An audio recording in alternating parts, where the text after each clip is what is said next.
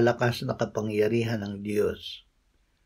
Siyang nag-iingat ng Israel ay hindi iidlip ni matutulog man. Awit 121:4.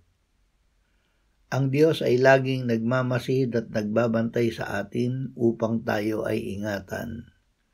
Siya na nagtatanggol sa atin laban sa kaaway ay hindi iidlip o matutulog man. Kaya tayo ay ligtas mula sa lahat ng banta at pinsala.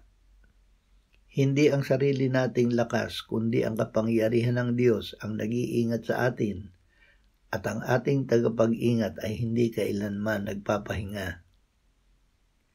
Ama, muli ay isinusuko naming buo ang aming pagkatao sa iyo, upang kami ay lumakas sa iyo at sa iyong kapangyarihan. Amen.